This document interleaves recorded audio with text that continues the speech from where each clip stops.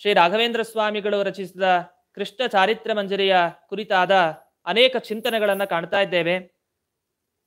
ರಾಘವೇಂದ್ರ ಸ್ವಾಮಿಗಳ ದೃಷ್ಟಿಯಲ್ಲಿ ಶ್ರೀಕೃಷ್ಣ ಪರಮಾತ್ಮ ಹೇಗೆ ಇದ್ದಾನೆ ಎನ್ನುವ ವಿವರಣೆಯನ್ನು ಕಾಣ್ತಾ ಇದ್ದೇವೆ.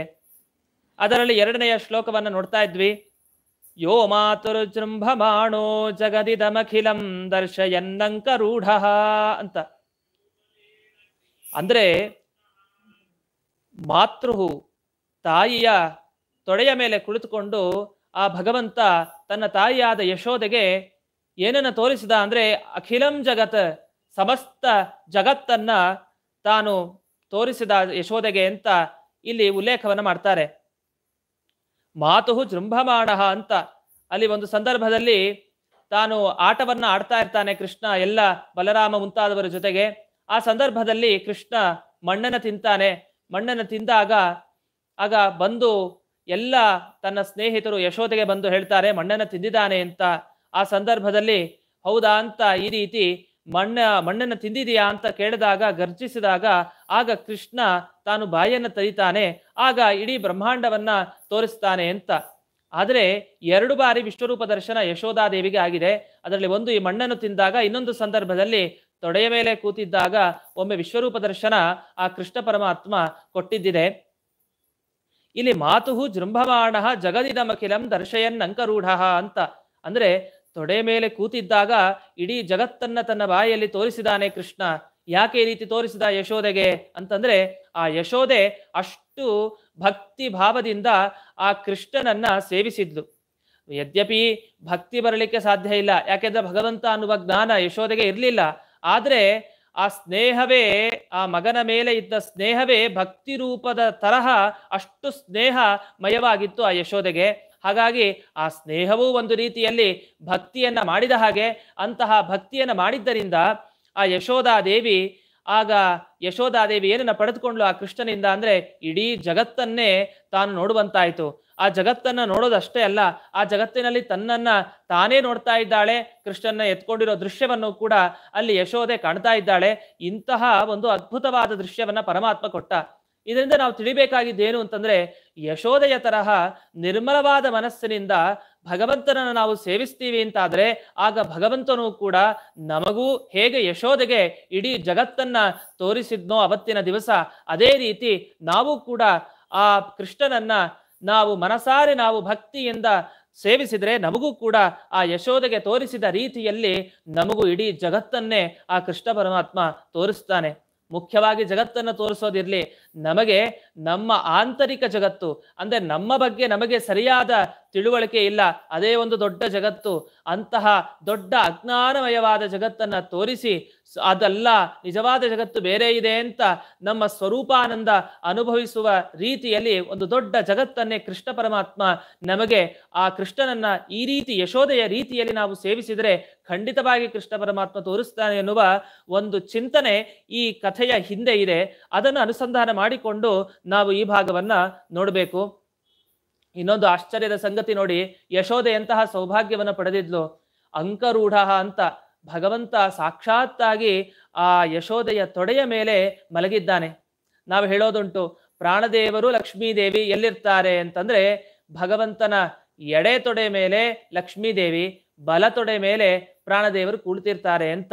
ಈ ರೀತಿ ತೊಡೆಯ ಮೇಲೆ, ಭಗವಂತನ ತೊಡೆಯ ಮೇಲೆ ಎಡಗಡೆ ಲಕ್ಷ್ಮೀದೇವಿ, ಬಲಗಡೆ ಪ್ರಾಣದೇವರು. ಎಂತಹ ಭಾಗ್ಯ ಅಲ್ವೇ ಪ್ರಾಣದೇವರು ಲಕ್ಷ್ಮೀದೇವಿದು. ಸಾಕ್ಷಾತ್ ಭಗವಂತನ ತೊಡೆಯ ಮೇಲೆ ಕೂತಿದ್ದಾರೆ ಅಂತ ಹೇಳೋದಿದೆ. ಆದರೆ ಯಶೋದೆಯ ಭಾಗ್ಯ ನೋಡಿ, ಯಶೋದೆ ಏನ್ ಭಗವಂತನ ತೊಡೆ ಮೇಲೆ ಕೂತಿದ್ದಲ್ಲ, ಆದ್ರೆ ತನ್ನ ತೊಡೆ ಮೇಲೆ ಆ ಭಗವಂತ ತಾನು ಲಘು, ಅದು ಎಷ್ಟು ಭಾರ, ಇಡೀ ಬ್ರಹ್ಮಾಂಡವನ್ನ ಹೊತ್ತ ದೇಹ ಅದು ಯಶೋದೆ ತಾನು ತನ್ನ ತೊಡೆಯ ಮೇಲೆ ಕೂಡಿಸ್ಕೊಳ್ಳಿಕ್ಕೆ ಸಾಧ್ಯ ಇಲ್ಲ. ಆದರೆ ಅಂತಹ ಪರಮಾತ್ಮ ತಾನು ಲಘುರೂಪ ಅಂದ್ರೆ ಚಿಕ್ಕ ಗಾತ್ರದಿಂದ ಆ ಚಿಕ್ಕ ಭಾರವಾಗದೇ ಇರುವ ರೀತಿಯಲ್ಲಿ ಅವನು ಕೂತು ಆ ಯಶೋದೆಗೆ ಎಂತಹ ದೊಡ್ಡ ಅನುಗ್ರಹವನ್ನು ಮಾಡ್ತಾ ಇದ್ದಾನೆ. ಎಂತಹ ಅದ್ಭುತವಾದ ಈ ವಿಷಯ ಅಂತ ಈ ರೀತಿ ನಾವು ಚಿಂತನೆ ಮಾಡ್ಕೊಳ್ಬಹುದು. ಈ ರೀತಿ ಹೇಳ್ತಾ ವಯಸ್ಸೈಹಿ ಈ ಶ್ಲೋಕದಲ್ಲಿ ಹೇಳ್ತಾರೆ, ತನ್ನ ಜೊತೆಗಾರರೊಂದಿಗೆ ತಾನು ಏನು ಮಾಡ್ತಾ ಇದ್ದ ಅಂತಂದ್ರೆ ಕೃತ ರುಚಿರ ಮಹಾಬಾಲಲೀಲಹ, ತನ್ನ ಬಾಲ್ಯ ಲೀಲೆಗಳೇ ಅದು ಅದ್ಭುತ, ಅದು ದೊಡ್ಡ ದೊಡ್ಡ ಬಾಲಲೀಲೆಗಳು ಅಂತ ತಾನು ಮಾಡ್ತಾ ಇದ್ದಿದ್ದೇನು ಅಂತ ವರ್ಣನೆ ಮಾಡ್ತಾ ಇದನ್ನ ಇಲ್ಲಿ ಯದ್ಯಪಿ ರಾಯರು ಇದನ್ನು ಬಿಡಿಸೋದಿಲ್ಲ, ಅವನ ಬಾಲ್ಯ ಲೀಲೆಗಳು ಏನೇನ್ ಮಾಡ್ದ ಅಂತ ಇದನ್ನ ಬಿಡಿಸೋದಿಲ್ಲ. ಅದನ್ನ ನಾವೇ ತಿಳಿದುಕೊಳ್ಬೇಕು. ಎಲ್ಲಿ ಓದಿ ತಿಳ್ಕೊಳ್ಬೇಕು? ದಶಮಸ್ಕಂದ ಭಾಗವತದ ವಿವರಣೆ ಆದ್ರಿಂದ ದಶಮಸ್ಕಂದ ಭಾಗವತದಲ್ಲಿ ಬಂದ ಬಾಲ್ಯ ಲೀಲೆಗಳನ್ನು ನಾವು ತಿಳಿದುಕೊಳ್ಬೇಕು. ಅಲ್ಲಿ ಕೃಷ್ಣ ಮಾಡುವ ಬಾಲ್ಯ ಲೀಲೆಗಳು, ಅವನ ಲೀಲೆಗಳೇನಿದೆ ಅಂತ ವಿವರಣೆಯನ್ನು ಮಾಡ್ತಾ ಹೋಗ್ತಾರೆ. ಒಂದು ಸುಂದರವಾದ ಶ್ಲೋಕ. ವತ್ಸಾನ್ ಮುಂಚನ್ ಕ್ವಚಿದ್ ಅಸಮಯಾನ್ ಕ್ರೋಶ ಸಂಜಾತ ಹಾಸಃ ಸ್ಥೇಯಂ ಸ್ವಾದು ಅತ್ತಿ ಅಥ ದಧಿ ಪಯಃ ಕಲ್ಪಿತೈಃ ಸ್ಥೇಯಯೋಗ್ಯೈಃ ಮರ್ಕಂ ಭೋಕ್ಷ್ಯನ್ ವಿಭಜತಿ ಸಚೇನ್ ನಾಸ್ತಿ ಭಾಂಡಂ ಭಿನತ್ತಿ ದ್ರವ್ಯಾಲಾಭೆ ಸುಭೃಶ ಕುಪಿತೋ ಯಾತ್ಯುಪಕ್ರೋಶ್ಯತೋಕಾನ್ ಅಂತ ಬರುತ್ತೆ ಅಲ್ಲಿ ಪದ್ಯ. ಇದರ ಅರ್ಥ ಹೀಗಿದೆ, ಕೃಷ್ಣ ಏನ್ ಮಾಡ್ತಾ ಇದ್ದ ಅಂತಂದ್ರೆ, ಈಗ ಗೋವುಗಳನ್ನೆಲ್ಲ ಕಟ್ಟಿರ್ತಾರೆ, ಆ ಹಟ್ಟಿಯಲ್ಲಿ ಗೋವುಗಳನ್ನ ಕಟ್ಟಿರ್ತಾರೆ, ಅದನ್ನೆಲ್ಲ ಬಿಡ್ಬೇಕು ನಿಜ, ಎಲ್ಲ ಅದು ಹೋಗಿ ಹುಲ್ಲನ್ನ ಮೇಯ್ಬೇಕು, ಈ ರೀತಿ ಎಲ್ಲ ಮಾಡಬೇಕು. ಆದ್ರೆ ಯಾವ ಸಂದರ್ಭದಲ್ಲಿ ಯಾವ ಸಮಯದಲ್ಲಿ ಮಾಡಬೇಕೋ ಆ ಸಮಯದಲ್ಲಿ ಆ ಗೋವುಗಳನ್ನ ಬಿಡಬೇಕು. ಆದ್ರೆ ಕೃಷ್ಣ ಏನ್ ಮಾಡ್ತಾ ಇದ್ದ, ಯಾವ ಸಮಯದಲ್ಲಿ ಹೋಗಬಾರದೋ ಅಂತಹ ಸಮಯಕ್ಕೆ ಹೋಗಿ ಅದನ್ನ ಆ ಹಗ್ಗವನ್ನ ಕಿತ್ತಾಕಿ ಅದಕ್ಕೆ ಹೋಗುವಂತೆ ಅನುಕೂಲ ಮಾಡಿಕೊಡೋದು, ಇಂತಹ ಒಂದು ಚೇಷ್ಟೆಯನ್ನು ಮಾಡ್ತಾ ಇದ್ದ. ಆಮೇಲೆ ಏನ್ ಮಾಡ್ತಾ ಇದ್ದ, ಕ್ರೋಶ ಸಂಜಾತ ಹಾಸಃ, ಏನಾದ್ರೂ ಸುಮ್ಮನೆ ಕೂತಿದ್ರೆ ಏನಾದ್ರು ಬೈದ್ರೆ ಅವನಿಗೆ ಆಗ ಅವರನ್ನ ಅಣುಕ್ಸೋದು, ಆಡ್ಕೊಳ್ಳೋದು, ಈ ರೀತಿ ಕೃಷ್ಣ ಮಾಡ್ತಾ ಇದ್ದ. ಆಮೇಲೆ ಸ್ಥೇಯ ಯೋಗ್ಯೈಹಿ, ಹೇಗೆ ಮೊಸರು ಮತ್ತೆ ಈ ಹಾಲನ್ನ ಕದಿಬಹುದು ಅಂತ ಯೋಚನೆ ಮಾಡ್ತಾ ಅದಕ್ಕೆ ಬೇಕಾದ ಉಪಾಯಗಳನ್ನೇ ಯೋಚನೆ ಮಾಡಿ ಅದನ್ನ ಕಲ್ಪನೆ ಮಾಡಿ ಅದಕ್ಕೆ ತಕ್ಕ ಉಪಾಯಗಳನ್ನ ಮಾಡ್ತಾ ಇದ್ದ. ಇದನ್ನೆಲ್ಲ ನೋಡ್ತಾ ಇದ್ರೆ ಚೆನ್ನಾಗಿ ಗೊತ್ತಾಗತ್ತೆ, ಈ ಪುಟ್ಟ ಬಾಲಕ ಕೃಷ್ಣ ಏನೋ ಮಾಡ್ತಾ ಇದ್ದಾನೆ, ಏನೋ ಕದಲಿಕ್ಕೆ ಹೊರಟಿದ್ದಾನೆ ಅಂತ. ಆ ರೀತಿಯಲ್ಲಿ ಗೊತ್ತಾಗೋ ರೀತಿಯಲ್ಲೇ ಅವನು ಆ ಉಪಾಯಗಳನ್ನ ಮಾಡ್ತಾ ಇದ್ದ. ಮಾಡಿ ಏನ್ ಮಾಡ್ತಾ ಇದ್ದ, ತಾನೇನೋ ಬೆಣ್ಣೆ ಹಾಲನ್ನ ಸ್ವೀಕಾರ ಮಾಡಿದ್ರೆ ಅಥವಾ ತನ್ನ ಸ್ನೇಹಿತರಿಗೆ ಕೊಟ್ಟಿದ್ರೆ ಏನೋ ಒಂದು ಮಾತು ಒಪ್ಕೊಳ್ಬಹುದಿತ್ತೋ ಏನೋ. ಆದ್ರೆ ಮರ್ಕಂ ಭೋಕ್ಷನ್, ಎಲ್ಲಾ ಹಾಲು ಇದನ್ನೆಲ್ಲ ತಗೊಂಡು ಹೋಗಿ ಆ ಬೆಕ್ಕಿಗೆ ಕೊಡ್ತಾ ಇದ್ದ, ಬೆಕ್ಕು ತಿನ್ನುವಂತೆ ಮಾಡ್ತಾ ಇದ್ದ.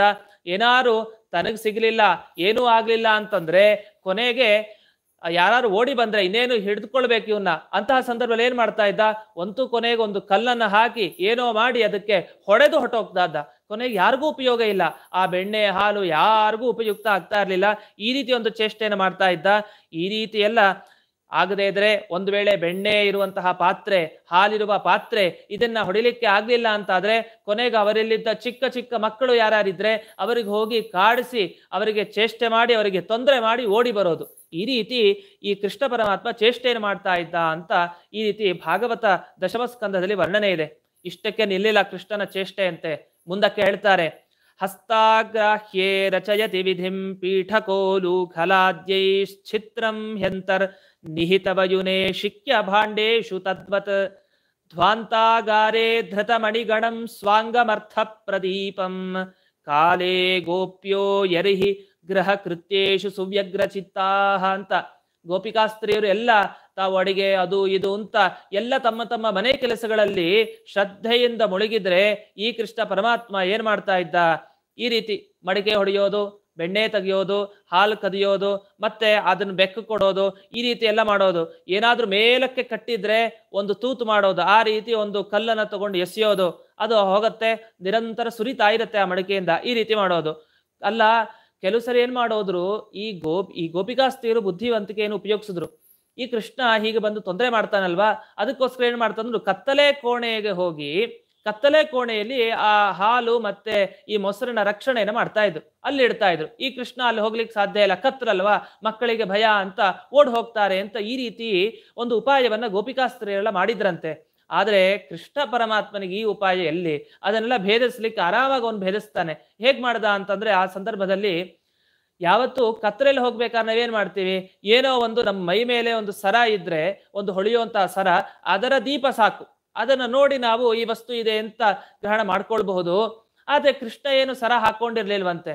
ಮತ್ ಇವನು ಹೇಗೆ ಕತ್ತಲೆಯಲ್ಲಿ ಹೋದ ಅಂತಂದ್ರೆ, ಅಯ್ಯೋ ಸಾಕ್ಷಾತ್ ಭಗವಂತ, ಅವನು ಭಗವಂತನಿಗೆ ಕತ್ತಲೆ ಅಂತ ಎಲ್ಲಿದೆ, ತನ್ನ ಮೈಯ ಪ್ರಕಾಶ, ತನ್ನ ದೇಹವೇ ಒಂದು ದೀಪದ ವಸ್ತು, ಅವನಿಗೆ ಇನ್ನೊಂದು ದೀಪ ಹಿಡ್ಕೊಂಡು ಹೋಗ್ಬೇಕೆ, ಸರ ಹೊಳೆಯುವಂತಹ ಸರ ಹಾಕೊಂಡು ಹೋಗ್ಬೇಕೆ, ಆ ವಸ್ತು ಕಾಣಿಸ್ಲಿಕ್ಕೆ ಬೇಕಾಗಿಲ್ಲ.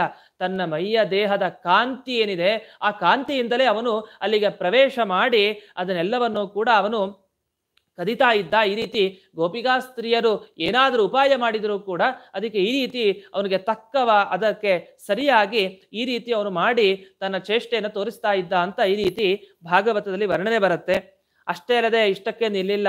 ಏವಂ ಧಾರ್ಷ್ಟ್ಯಾದ್ ವಿಶತಿ ಕುರುತೆ ಮೇಹನಾದಿ ನಿವಾಸ್ತೌ. ಇದು ಬಂದಾಗ ದೇಹಲಿ ಅಂತ ಕರಿತೀವಿ, ಹೊಸ್ತಿಲು. ಆ ಹೊಸ್ತಿಲ ಮೇಲೆ ಬಂದು ಏನ್ ಮಾಡ್ತಾ ಇದ್ದ ಇವನು ಅಂತಂದ್ರೆ ಮೇಹನಾದೀನಿ ವಾಸ್ತವ್, ಮಲಮೂತ್ರ ವಿಸರ್ಜನೆ ಮಾಡ್ಬಿಡೋದು. ಮಕ್ಕಳ ಚೇಷ್ಟೆ ನಾವು ಕಾಣ್ತೇವೆ, ಆ ಚೇಷ್ಟೆ ಏನೇನು ಸಂಸಾರದಲ್ಲಿ ಕಾಣ್ತೇವೆ ಅದನ್ನ ಅವನು ಅವತ್ತಿನ ದಿವಸ ತೋರಿಸ್ತಾ ಇದ್ದ. ಬರೋದು ಹೊಸ್ತಿಲ ಮೇಲೆ, ಪವಿತ್ರವಾದ ವಸ್ತು ಹೊಸ್ತಿಲು, ಅದಕ್ಕೆ ಹೋಗೋದು, ಮಲಮೂತ್ರ ವಿಸರ್ಜನೆ ಮಾಡೋದು. ಹೀಗೆ ಸ್ಥೇಯೋಪಾಯೈ ವಿರಚಿತ ಕೃತಿ ಸುಪ್ರತೀಕೋ ಯಥಾಸ್ತೆ.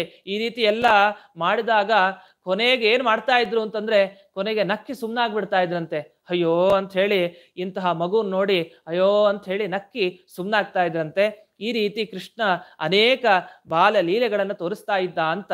ಆದ್ರೆ ಇದನ್ನು ಹೇಳೋದರಲ್ಲಿ ದೊಡ್ಡ ಔಚಿತ್ಯನ ಕಾಣಲ್ಲ. ಯಾಕೆಂದ್ರೆ ಇದೆಲ್ಲರಿಗೂ ದೊಡ್ಡ ಗೊತ್ತಿರೋ ವಿಷಯ. ಇದನ್ನ ರಾಯರು ತಮ್ಮ ಕೃಷ್ಣ ಚಾರಿತ್ರ ಮಂಜರಿಯಲ್ಲಿ ಹೇಳಬೇಕು ಅಂತ ಏನಿಲ್ಲ. ಅದಕ್ಕೆ ಅವರು ಬರೆಯೋ ಅಂಶ ಗಮನಿಸಿ, ಕೃತ ರುಚಿರ ಮಹಾಬಾಲಲೀಲಹ ಅಂತ. ಬಾಲಲೀಲೆ ತೋರಿಸಿದಾರ್ ನಿಜ, ಅದು ಮಹಾಬಾಲಲೀಲಹ ಅಂತ.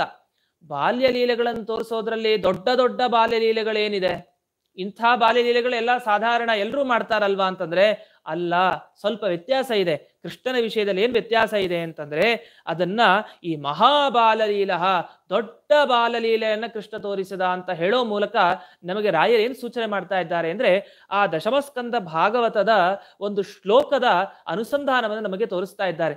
ಯಾವ ಶ್ಲೋಕ ಅಂತಂದ್ರೆ ಶೃಂಗಗ್ನಿ ದಂಷ್ಟ್ರಹಿ ಜಲ ದ್ವಿಜಕಂಠಕೇಭ್ಯ ಅಂತ ಈ ರೀತಿ ಅಲ್ಲಿ ಶ್ಲೋಕ ಪ್ರಾರಂಭ ಆಗತ್ತೆ. ಅಂದ್ರೆ ಈ ಬಲರಾಮ ಇವರು ಕೃಷ್ಣ ಯಾರ ಜೊತೆ ಆಟ ಆಡ್ತಾ ಇದ್ರು ಅಂದ್ರೆ ಆಗ ತುಂಟತನ ಮಾಡ್ತಾ ಇದ್ರು. ಯಾರ ಜೊತೆ ಅಂತಂದ್ರೆ ಬರೋದು ಒಂದು ಎತ್ತಿನ ಜೊತೆ ಅಂತೆ, ಅಗ್ನಿ ಬೆಂಕಿಯ ಜೊತೆಗೆ, ಹಾಗೆ ಕೋತಿ, ಹಾಗೆ ಅಹಿ ಅಂದ್ರೆ ಸರ್ಪ, ನೀರು, ನಂತರ ದ್ವಿಜ ಅಂದ್ರೆ ಪಕ್ಷಿಗಳು, ಕಂಟಕ, ಇನ್ನು ಕೀಟಗಳು, ಸಣ್ಣ ಸಣ್ಣ ಪ್ರಾಣಿಗಳು, ಇವುಗಳ ಜೊತೆ ಆಟ ಆಡ್ತಾ ಇದ್ರಂತೆ. ಇದು ಬಾಲಲೀಲೆನಾ? ಇದು ಬಾಲಲೀಲೆ ಆಗ್ಲಿಕ್ಕೆ ಸಾಧ್ಯವಾ? ಚಿಕ್ಕ ಮಕ್ಕಳು ಇಂತಹ ಕಷ್ಟವಾದ ಅನಿಷ್ಟವಾದ ಈ ಪ್ರಾಣಿಗಳ ಜೊತೆ, ಇಂತಹ ವಸ್ತುಗಳ ಜೊತೆ ಆಟ ಆಡ್ಲಿಕ್ಕೆ ಸಾಧ್ಯವೇ? ಆದ್ರೆ ಇಂತಹ ಲೀಲೆಗಳನ್ನು ತೋರಿಸ್ತಾ ಇದ್ದ. ಇದೊಂದು ಲೀಲೆನೆ ಅಂತಂದ್ರೆ ಹೌದು, ಒಂದು ಚಿಕ್ಕ ಮಗು ಆದವರು ಇಂತಹ ದೊಡ್ಡ ಬೆಂಕಿಯ ಜೊತೆ ಆಟ ಆಡೋದೆ. ಮೊದಲು ದೂರವನ್ನಾಗಿ ಇರಿಸಿ ಮಕ್ಕಳನ್ನ ಅಂತ ನಾವು ಹೇಳೋದಿದೆ. ಅಂತಹದ್ರಲ್ಲಿ ಎತ್ತಿನ ಜೊತೆ, ಬೆಂಕಿಯ ಜೊತೆ, ಸರ್ಪದ ಜೊತೆ ನೆನೆಸ್ಕೊಳ್ಳಿಕ್ಕೆ ಸಾಧ್ಯ ಇಲ್ಲ. ಅಂತಹ ಎಲ್ಲಾ ವಸ್ತುಗಳ ಜೊತೆ ಈ ಕೃಷ್ಣ ಆಟ ಆಡ್ತಾ ಇದ್ನಂತೆ. ಅಂದ್ರೆ ಇದರ ಸೂಚನೆ ಏನು ಅಂತಂದ್ರೆ ಇದೇ ಒಂದು ದೊಡ್ಡ ಬಾಲಲೀಲೆ ಅಂತ ಇಲ್ಲಿ ರಾಯರು ಕರೆದಿದ್ ನಿಜ. ಇದರ ಸೂಚನೆ ಏನು ಅಂತಂದ್ರೆ ಮುಂದೆ ಮಾಡುವ ಭೂಭಾರ ಹರಣ ಕಾರ್ಯ ಏನು ಕೃಷ್ಣ ಮಾಡ್ತಾನೆ ಅದನ್ನ ಸೂಚನೆ ಮಾಡುವಂತಹ ರೀತಿ ಕೃಷ್ಣ ತನ್ನ ಬಾಲಲೀಲೆಗಳಿಂದಲೇ ತೋರಿಸ್ತಾ ಇದ್ದ ಅಂತ. ಕಾಡ್ಗಿಚ್ಚನ್ನ ಎಷ್ಟೋ ಬಾರಿ ಕಾಡ್ಗಿಚ್ಚು ಬಂದಾಗ ಅದನ್ನ ಸರಿಯಾಗಿ ಅವನು ನುಂಗುಬಿಟ್ಟ, ಅದನ್ನ ಪಾನ ಮಾಡಿದ ಎಷ್ಟೋ ಬಾರಿ. ಇನ್ನು ಅದೇ ರೀತಿ ಕಾಲಿಯ ಸರ್ಪ, ಕಾಲಿಯ ನಾಗದ ಮೇಲೆ ನಿಂತು ನೃತ್ಯವನ್ನ ಮಾಡಿ ಅದನ್ನ ಬೆಳೆದ. ಇದು ಈ ಚಿಕ್ಕ ವಯಸ್ಸಿನಲ್ಲಿ ತಾನು ಮಾಡಿದ ಹಾವಿನ ಜೊತೆ ಏನು ಆಟ ಆಡಿದ ಅದು ಮುಂದೆ ಕಾಲಿಯ ಮರ್ದನ ನಾನು ಮಾಡ್ತೇನೆ ಅಂತ ಸೂಚನೆ ಮಾಡುವ ರೀತಿಯಲ್ಲಿತ್ತು. ಹಾಗೆ ಬೆಂಕಿಯ ಜೊತೆ ಆಟ ಆಡ್ತಾ ಇದ್ರೆ ಮುಂದೆ ಕಾಡ್ಗಿಚ್ಚನ್ನು ನಾನು ಪಾನ ಮಾಡ್ತೇನೆ ಎನ್ನುವ ಕಥೆ, ಅದನ್ನ ಆ ಸಂದರ್ಭವನ್ನ ಸೂಚನೆ ಮಾಡುವಂತೆ ಇತ್ತು. ಹಾಗೆ ಕೋತಿ ಅಂತ ಬಂತು. ಕೋತಿ ಅಂತಂದ್ರೆ ಮುಂದೆ ಕೇಶಿ ಅಂತ ಒಬ್ಬ ಅಸುರ ಬರ್ತಾನೆ, ಅವನನ್ನ ಸಂಹಾರ ಮಾಡ್ತಾನೆ. ಆ ಕೇಶಿ ಅನ್ನುವ ಅಸುರನ ಹಲ್ಲು ಹೇಗಿತ್ತು ಅಂತಂದ್ರೆ ಕೋತಿಯ ಹಲ್ಲು ಹೇಗಿರುತ್ತಲ್ಲ ಆ ರೀತಿಯ ಹಲ್ಲು ಉಳ್ಳದವನಾಗಿದ್ದ. ಅಂತಹ ಕೇಶಿ ಎಂಬ ದಾನವನ್ನ ಸಂಹಾರ ಮಾಡ್ತೇನೆ ಎನ್ನುವಂತೆ ಸೂಚಿಸುವಂತೆ ಇತ್ತು. ಹಾಗೆ ನೀರಿನ ಜೊತೆ ಅಂತಂದ್ರೆ ಮುಂದೆ ಇಂದ್ರದೇವರು ಮಳೆಗರಿತಾರೆ. ಮಳೆಗರೆದಾಗ ಗೋವರ್ಧನ ಪರ್ವತವನ್ನು ಉದ್ಧಾರ ಮಾಡಿ ಎಲ್ಲ ಗೋಪಾಲಕರ ರಕ್ಷಣೆಯನ್ನ ಮಾಡಿದ. ಹಾಗಾಗಿ ಅದನ್ನು ಸೂಚನೆ ಮಾಡುವಂತೆ ಇತ್ತು ಅಂತ ಈ ಅಂಶವನ್ನು ತಿಳಿಸ್ಲಿಕ್ಕೆ ಇಲ್ಲಿ ರಾಯರು ಕೃತ ರುಚಿರ ಮಹಾ ಬಾಲಲೀಲಹ ಅಂತ ದೊಡ್ಡ ಬಾಲಲೀಲೆಗಳನ್ನು ತೋರಿಸಿದ. ನೋಡ್ಲಿಕ್ಕೆ ಬಾಲಲೀಲೆ, ಅದರ ಮಹಾತ್ಮರ ಲೀಲೆ ಅದು ಅಂತ ಈ ರೀತಿ ಅರ್ಥವನ್ನ ಮಾಡಿಕೊಂಡು ಕೊನೆಗೆ ಮೃನ್ನಾ ಭಕ್ಷೀತಿ ಮಾತುಹು ಸ್ವವದನ ಜಗದ್ಭಾಸಯನ್ ಭಾಸತಾಮೆ ಅಂತ ಹೇಳಿ ಈ ರೀತಿ ಒಂದು ಅಂಕರೂಢ ತೊಡೆ ಮೇಲೆ ಕೂತಿದ್ದಾಗ ಆಗ ಕೃಷ್ಣ ತಾನು ತೋರಿಸಿದ್ದು ಇಡೀ ಜಗತ್ತನ್ನ ಒಂದು ಬಾರಿ ತೋರಿಸಿದ. ಯಾವಾಗ? ಆಕಳಿಸಿದಾಗ. ಏನೋ ಒಮ್ಮೆ ಮಗು ಆಕಳಿಸ್ತು ಅಂತ ನೋಡಿದಾಗ ಯಶೋದೆಗೆ ತೋರಿಸಿದ್ದು ಇಡೀ ಪ್ರಪಂಚವನ್ನ ತೋರಿಸಿದ.